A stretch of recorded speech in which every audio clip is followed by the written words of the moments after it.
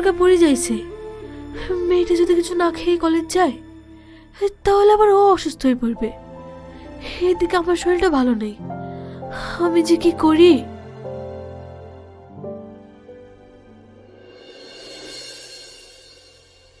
মেয়েটা আমার একটা কথাও শোনে না, এত জেদি মেয়ে, ওকে না আমি আর পারিনি।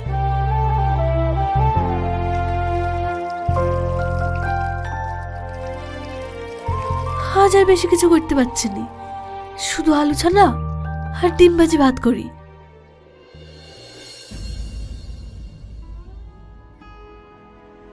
নে মধু, খেয়ে নে।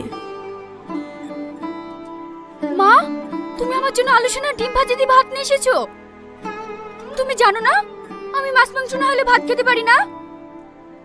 মধু, আমি তো তোকে আগেই বললাম আমি